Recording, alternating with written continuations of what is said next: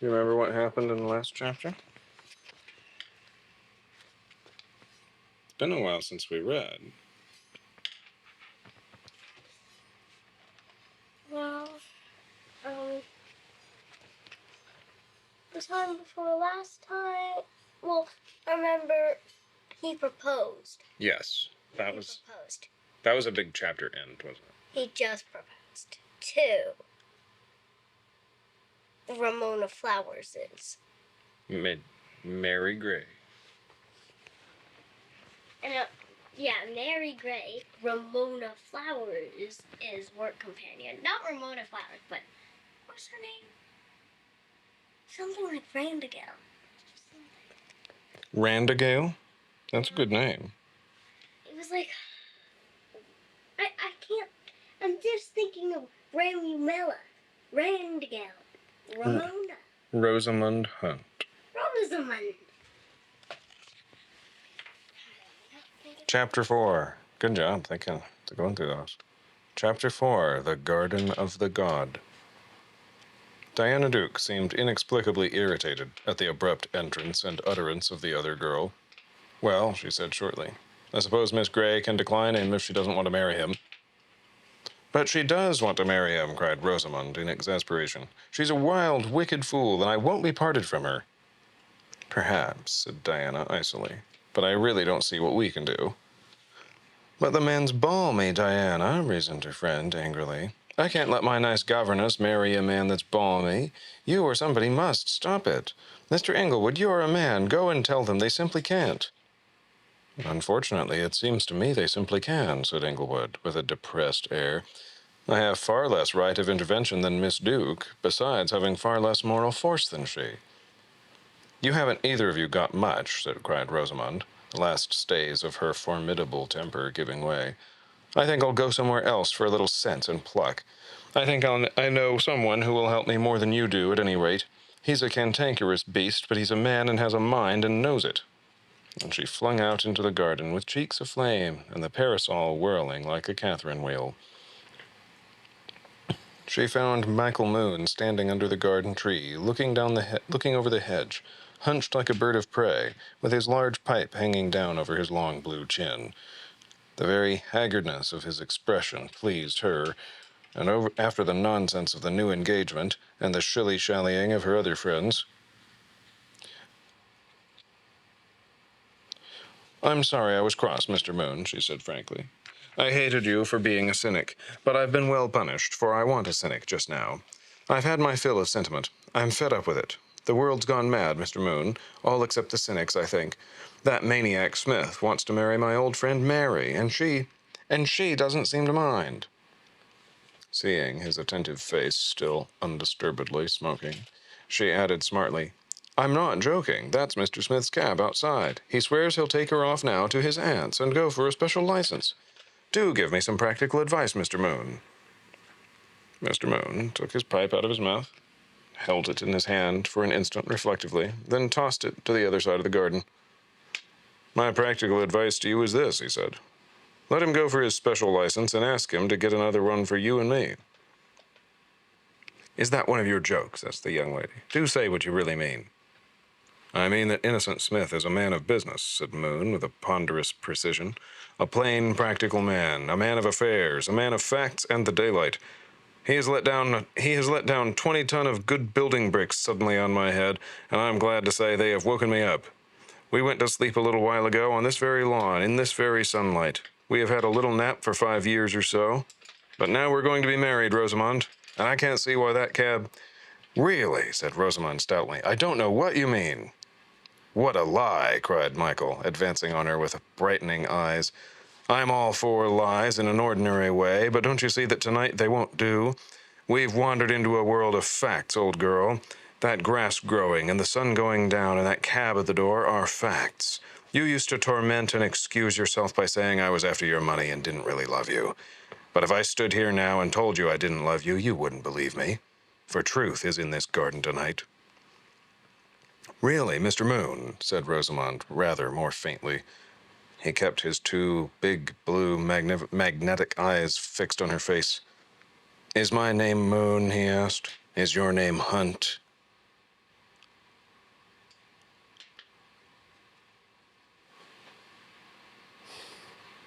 Those are facts. What does it mean that he is named Moon and she is named Hunt? She's like, you're not saying names, you're saying last names. Hunt is what your father was called, what your mother was called, what your grandfathers and grandmothers were all called, what your brothers and sisters are all called. Moon is what me and my family are called. We have to have a difference, and I do love you. And you can't say no. But why is it important that their names are Moon and Hunt? Because they're Moon and Yeah. Hunt. Okay. Yep.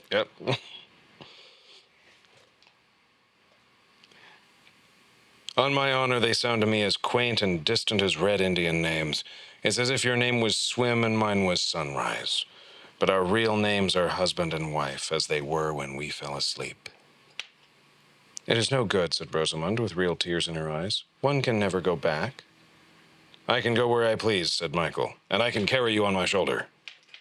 But really, Michael, really, you must stop and think, cried the girl earnestly. You could carry me off my feet, I dare say, soul and body, but it may be a bitter bad business for all that.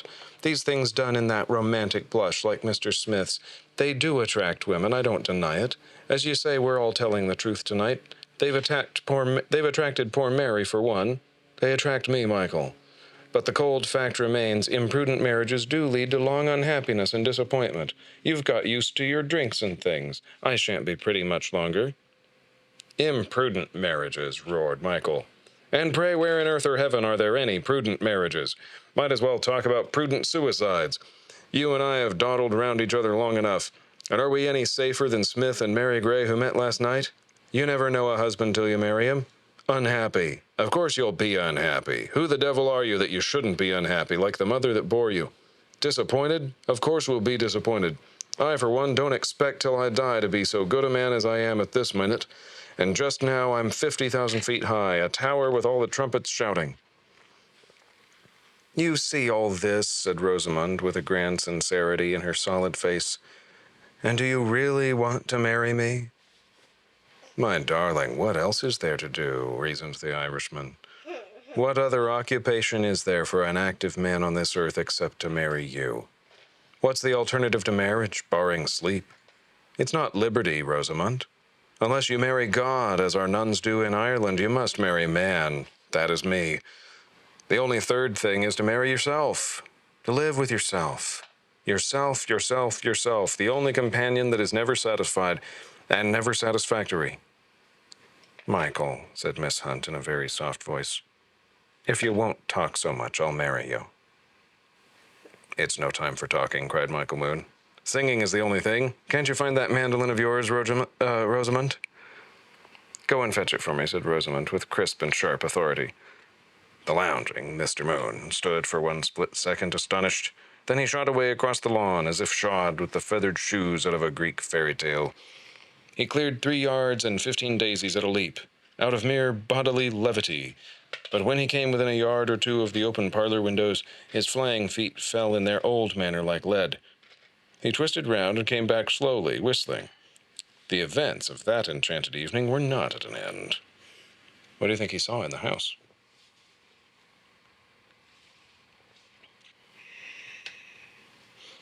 Inside the dark sitting room of which Moon had caught a glimpse, a curious thing had happened, almost an instant after the intemperate exit of Rosamund. It was something which, occurring in that obscure parlor that seemed to Arthur Inglewood like heaven and earth turning head over heels, the sea being the ceiling and the stars the floor. No words can express how it astonished him, as it astonishes all simple men when it appears. Yet the stiffest female stoicism seems separated from it, only by a sheet of paper or a sheet of steel. It indicates no surrender, far less any sympathy. The most rigid and ruthless woman can begin to cry, just as the most effeminate man can grow a beard. It is a separate sexual power, and proves nothing one way or the other about force of character. But to young men ignorant of women, like Arthur Inglewood, to see Diana Duke crying was like seeing a motor car shedding tears of oil. He could never have given, even if his really manly modesty had permitted it, any vaguest vision of what he did when he saw that portent. He acted as men do when a theater catches fire, very differently from what they would have conceived themselves as acting, whether for better or worse. He had a faint memory of certain half-stifled explanations that the heiress was the one really paying guest, and she would go, and the bailiffs in consequence would come. But after that, he knew nothing of his own conduct except by the protests it evoked. "Leave me alone, Mr. Inglewood, leave me alone. That's not the way to help." "But I can help you," said Arthur, with grinding certainty. "I can. "Why, you said," cried the girl, "that you were much weaker than me." "So I am weaker than you," said Arthur, in a voice that went vibrating through everything. "But not just now." "Let go my hands," cried Diana. "I won't be bullied." In one element he was much stronger than she, the matter of humor. This leapt up in him suddenly, and he laughed, saying, "Well, you are mean. You know quite well you'll bully me." "Well, you are mean. You know quite well you'll bully me all the rest of my life. You might allow a man the 1 minute of his life when he's allowed to bully." It was as extraordinary for him to laugh as for her to cry, and for the first time since her childhood, Diana was entirely off her guard. "Do you mean you want to marry me?" she said. "Why, there's a cab at the door," cried Inglewood, springing up with an unconscious energy and bursting open the glass doors that led into the garden. As he led her out by the hand, they realized somehow, for the first time, that the house and the garden were on a steep height over London. And yet, though they felt the place to be uplifted, they felt it also to be secret. It was like some round-walled garden on the top of one of the turrets of heaven. Can a place be up high and secret? Yes, I can. Can you think of a place in the Bible that is up high and secret? Heaven. Well, that's true. Can you think of a place on earth? Top turret of what? It's like on turret. There's a little room. That little room is up high Mm-hmm. and it's secret. Can you think of a garden that is up high in the Bible? Garden of Eden. It is on a mountain. Did you remember that? Those are the first two things he told us in this book. Boarding house is up on a mountain, and they are all standing in the garden of it. And so, Arthur Inglewood, is that the guy who used to like? Is he the doctor? No. Or the guy who obeys the doctor? Obeys the doctor. The doctor doesn't like anybody. Yeah, he I don't just think. got. It's like first. This is amazing how people get married in this book. Yeah. First, the crazy man proposes to the Mary Gray, who is rather gray. Mm-hmm. And then it's like gray and green together. Yeah. And then not Diana, Rosamond gets all mad about it. And then Michael Moon, the crazy guy she wants to talk to, proposes to her, and she agrees. Diana Duke starts crying, and Inglewood starts laughing, and he proposes, and she is almost saying yes. I bet that everyone in this book is going to get married today. This seems like it's happening.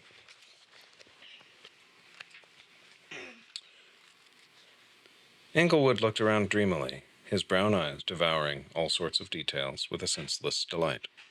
He noticed for the first time that the railings of the gate beyond the garden bushes were molded like little spearheads and painted blue. He noticed that one of the blue spears was loosened in its place and hung sideways, and this almost made him laugh. He thought it somehow exquisitely harmless and funny that the railing should be crooked, and he thought he should like to know how it happened, who did it, and how the man was getting on. When they were gone a few feet across that fiery grass, they realized that they were not alone. Rosamond Hunt and the eccentric Mr. Moon, both of whom they had last seen in the blackest temper of detachment, were standing together on the lawn. They were standing in quite an ordinary manner, and yet they looked somehow like people in a book. "Oh," said Diana, "what lovely air." "I know," called out Rosamond, with a pleasure so positive that it rang out like a complaint. It's just like that horrid beastly fizzy stuff they gave me that... It's just like that horrid beastly fizzy stuff they gave me that made me feel happy. Oh, it isn't like anything but itself, answered Diana, breathing deeply. Why, it's all cold, and yet it feels like fire. Balmy is the word we use in Fleet Street, said Mr. Moon. Balmy, especially on the crumpet. And he fanned himself, quite unnecessarily, with his straw hat. They were all full of little heaps and pulsations of objectless and airy energy. Diana stirred and stretched her long arms rigidly, as if crucified, in a sort of excruciating restfulness. Michael stood still for long intervals, with gathered muscles, then spun round like a teetotum and stood again. Rosamond did not trip, for women never trip, except when they fall on their noses. But she struck the ground with her foot as she moved, as if to some inaudible dance tune. And Inglewood, leaning quite quietly against a tree, had unconsciously clutched a branch and shaken it with a creative violence. Creative violence. I think there's a joke about tripping, but it's an old-fashioned usage of the word. Those giant gestures of man that make the high statues and the strokes of war tossed and tormented all their limbs. Silently, as they strolled and stood, they were bursting like batteries with an animal magnetism. And now, cried Moon quite suddenly, stretching out a hand on each side, let's dance around that bush. Why, what bush do you mean? Said Rosamond, looking round with a sort of radiant rudeness. The bush that isn't there, said Michael, the mulberry bush. They had taken each other's hands, half laughing and quite ritually, and before they could disconnect again, Michael spun them all around, like a demon spinning the world for a top. Diana felt, as the circle of the horizon flew instantaneously around her, a far aerial sense of the ring of heights beyond London, and corners where she had climbed as a child. She seemed almost to hear the rooks cawing about the old pines on Highgate, or to see the glowworms gathering and kindling in the woods of Box Hill. The circle broke, as all such perfect circles of levity must break, and sent by its author Michael flying as if by centrifugal force far away against the blue rails of the gate. When reeling there, he suddenly raised shout after shout of a new and quite dramatic character. Why, it's Warner, he shouted, waving his arms. It's jolly old Warner, with a new silk hat and the old silk mustache. Is that Dr. Warner? Cried Rosamond, bounding forward in a burst of memory, amusement, and distress. Oh, I'm so sorry. Do tell him it's all right. Let's take hands and tell him, said Michael Moon, for indeed, while they were talking, another hansom had dashed up behind the one already waiting, and Dr. Herbert Warner, leaving a companion in the cab, had carefully deposited himself on the pavement. Why is Dr. Warner here? Do you remember?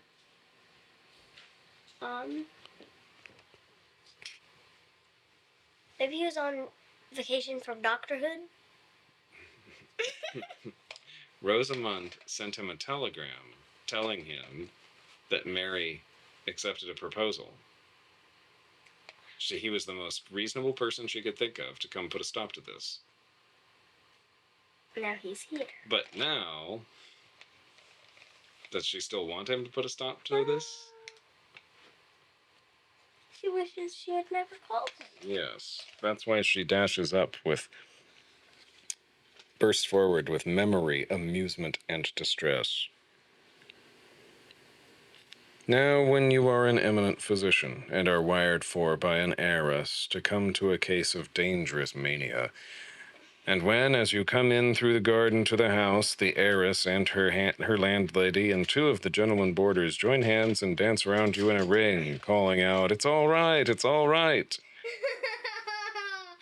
you are apt to be flustered and even displeased. Dr. Warner was a placid, but hardly a placable person. The two things are by no means the same, and even when Moon explained to him that he, Warner, with his high hat and tall solid figure, was just such a classic Cullum as ought to be danced around by a ring of laughing maidens on some old golden Greek seashore, even then he seemed to miss the point of the general rejoicing. "Englewood," cried Dr. Warner, fixing his former disciple with a stare. Are you mad? Arthur flushed to the roots of his brown hair, but he answered easily and quietly enough. Not now.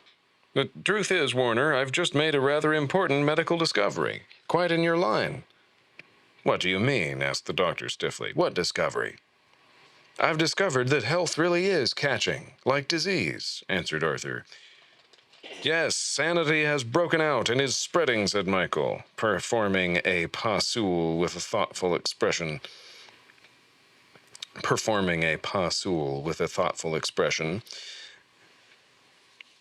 don't know if I'm saying that right. Sounds like a ballet move. And he is doing it with a thoughtful expression. Does that seem like a sane, normal thing? 20,000 more cases taken to the hospitals. Nurses employed night and day. Dr. Warner studied Michael's grave face and lightly moving legs with an unfathomed wonder. And is this, may I ask, he said, the sanity that is spreading? You must forgive me, Dr. Warner, cried Rosamond Hunt heartily. I know I've treated you badly, but indeed it was all a mistake. I was in a frightfully bad temper when I sent for you, but now it all seems like a dream, and Mr. Smith is the sweetest, most sensible, most delightful old thing that ever existed, and he may marry anyone he likes, except me. Because I already am engaged. Mm-hmm. I should suggest Mrs. Duke, said Michael. The gravity of Dr. Warner's face increased. He took a slip of pink paper from his waistcoat pocket, with his pale blue eyes quietly fixed on Rosamond's face all the time. He spoke with not an inexcusable frigidity. Really, Miss Hunt, he said, you are not very reassuring. You sent me this wire only half an hour ago. Come at once if possible with another doctor, man Innocent Smith, gone mad on premises, and doing dreadful things. Do you know anything of him? I went round at once to a distinguished colleague of mine, a doctor who is also a private detective with an authority on criminal lunacy. He has come round with me and is waiting in the cab. Now you calmly tell me what this criminal madman is. Now you calmly tell me that this criminal madman is a highly sweet and sane old thing, with accompaniments that set me speculating on your own definitions of sanity. I hardly comprehend the change. Oh, how can one explain a change in sun and moon and everybody's soul? Cried Rosamond in despair. Must I confess we had got so morbid as to think him mad merely because he wanted to get married? And that we didn't even know it was only because we wanted to get married ourselves. We'll humiliate ourselves if you like, Doctor. We're happy enough. Where is Mr. Smith? Asked Warner of Inglewood very sharply. Arthur started. He had forgotten all about the central figure of their farce, who had not been visible for an hour or more. I think he's on the other side of the house, by the dustbin, he said. He may be on the road to Russia, said Warner, but he must be found. And he strode away and disappeared round a corner of the house by the sunflowers. I hope, said Rosamond, he won't really interfere with Mr. Smith.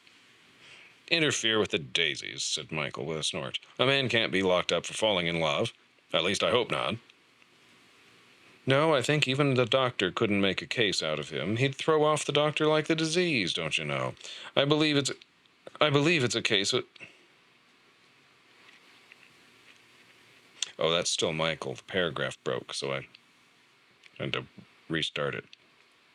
A man can't be locked up for falling in love, at least I hope not. No, I think even a doctor couldn't make a disease out of him. He'd throw off the doctor like the disease, don't you know? I believe it's a case of a sort of saint. I believe Innocent Smith is simply innocent, and that is why he is so extraordinary. It was Rosamond who spoke, restlessly tracing circles in the grass with the point of her white shoe. I think, said Inglewood, that Smith... Oh, no, that was Rosamond who said that about the saint. I'm sorry, I just got so confused because it was such a long line before it said who it was. So I did it in the wrong voice. Probably you don't mind. I think even a doctor couldn't make a case out of him. He'd throw off the doctor like a disease, don't you know? I believe it's a case of a sort of saint. I believe Innocent Smith is simply innocent, and that's why he's so extraordinary. It was Rosamond who spoke, restlessly tracing circles in the grass with the point of her white shoe. I think, said Inglewood, that Smith is not extraordinary at all. He's just comic because he's so startlingly commonplace. Don't you know what it is to be all in one family circle with aunts and uncles when a schoolboy comes home for the holidays? That bag there on the cab is only a schoolboy's hamper. This tree here in the garden is only the sort of tree that any schoolboy would have climbed. Yes, that's the thing that's haunted us all about him, the thing we could never fit a word to. Whether he is my old schoolfellow or no, at least he is all my old schoolfellows. He's the endless bun-eating, ball-throwing animal that we have all been. That is only you absurd boys, said Diana. I don't believe any girl was ever so silly, and I'm sure no girl was ever so happy, except... And she stopped. I will tell you the truth about Innocent Smith, said Michael Moon in a low voice. Dr. Warner has gone to look for him in vain. He is not there. Haven't you noticed that we never saw him since we found ourselves? He was an astral baby, born of all four of us. He was only our own youth returned. Long before poor old Warner had clambered out of his cab, the thing we called Smith had dissolved into dew and light on this lawn. Once or twice more, by the mercy of God, we may feel the thing, but the man we shall never see. In a spring garden before breakfast, we shall smell the smell called Smith. In the snapping of brisk twigs in tiny fires, we shall hear a noise named Smith. Everything insatiable and innocent in the grasses that gobble up the earth like babies at a bun feast, in the white mornings that split the sky as a boy splits up white fir wood, we may feel for one instant the presence of an impetuous purity. But his innocence was too close to the unconsciousness of inanimate things not to melt back at a mere touch into the mild hedges and heavens. He was interrupted from behind by the house by a bang like that of a bomb. Almost at the same instant, the stranger in the cab sprang out of it, leaving it rocking upon the stones of the road. He clutched the blue railings of the garden and peered eagerly over them in the direction of the noise. He was a small, loose, yet alert man, very thin, with a face that seemed made out of fish bones, and and a silk hat quite as rigid and resplendent as Warner's, but thrust back recklessly on the hinder part of his head. The hinder part of his head? Yes.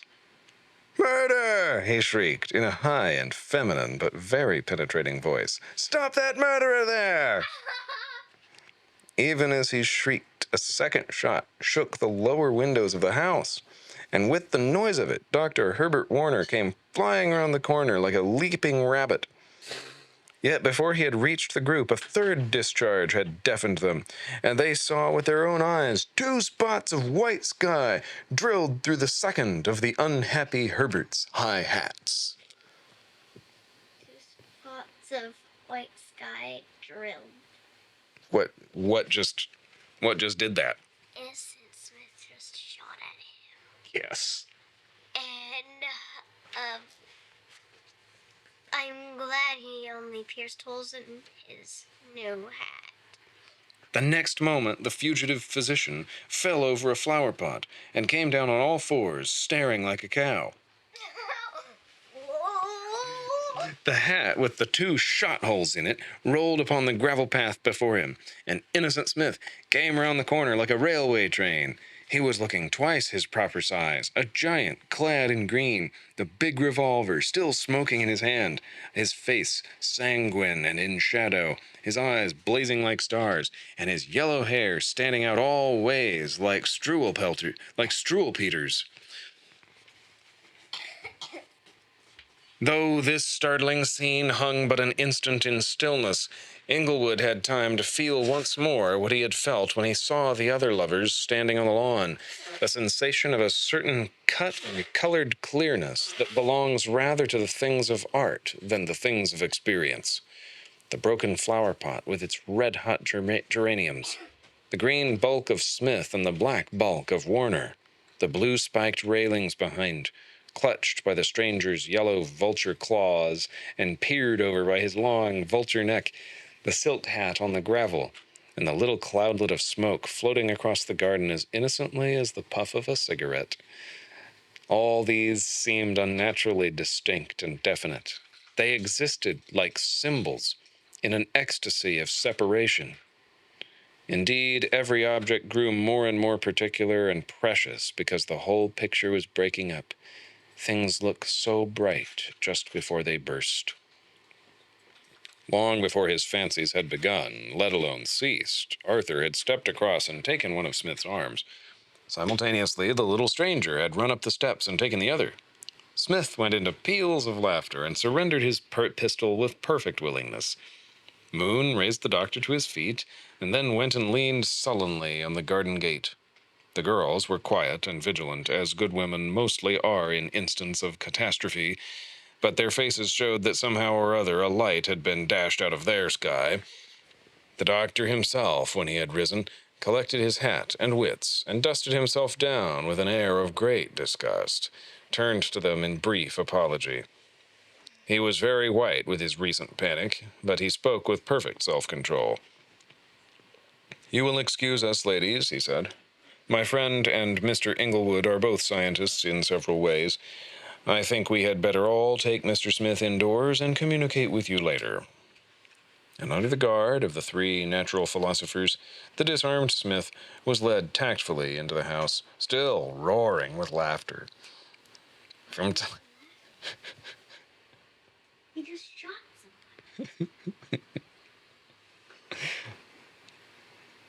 Come closer so people can hear your comments.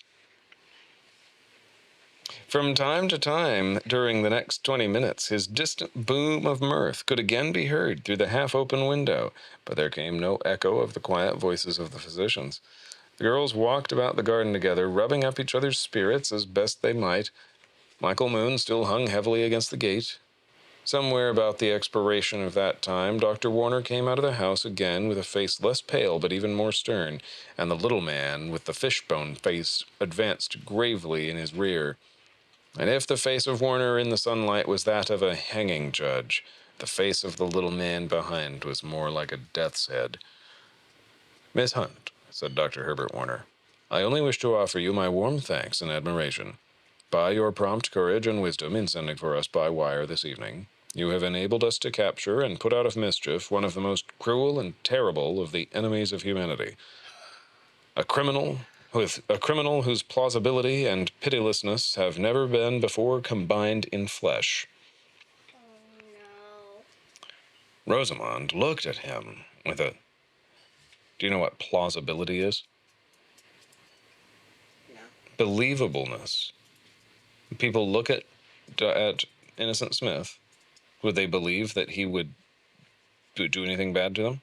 No. You know what pitilessness is? Mhm. Somebody who feels no guilt. Warner says there has never been somebody who is this pitiless and this believable. Rosamond looked across at him with a white, blank face and blinking eyes. "What do you mean?" she asked. "You can't mean Mr. Smith." "He has gone by many other names," said the doctor gravely, and not one he did not leave to be cursed behind him. That man, Miss Hunt, has left a track of blood and tears across the world. Whether he is mad as well as wicked, we are trying, in the interests of science, to discover. In any case, we shall have to take him before a magistrate first, even if only on the road to a lunatic asylum. But the lunatic asylum in which he is confined will have to be sealed with wall within wall, and ringed with guns like a fortress, or he will break out again to bring forth carnage and darkness on the earth." Rosamond looked at the two doctors, her face growing paler and paler. Then her eyes strayed to Michael, who was leaning on the gate, but he continued to lean on it without moving, and his face turned away toward the darkening road. What did you just do?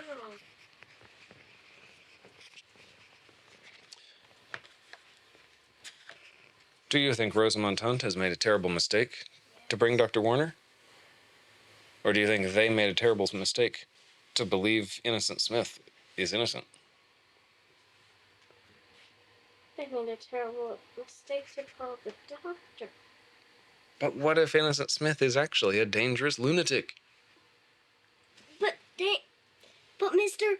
Dangerous Smith has brought them awake. given them and made them realize that they actually like each other.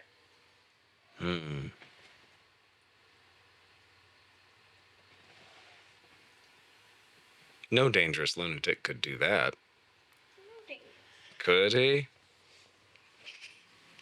I like that we have a Moon and a Hunt and a Diana and a lunatic all in the same story, don't you? Hey, you know what we didn't ever say? I can't believe we didn't think of this. Innocent Smith in the garden with the revolver. Innocent Smith. Does anyone have a picture of Innocent Smith? No, cameras are very new. I'm saying, from this book, does anyone have, they've created on a computer a picture that would probably be what Innocent Smith looks like? Well, they might have created it in paint. Your picture or pencil. Don't you think that'd be better? I want to see a picture of that. Well, I don't know. People have probably imagined the way that he looks. But I don't think very many people have read this book.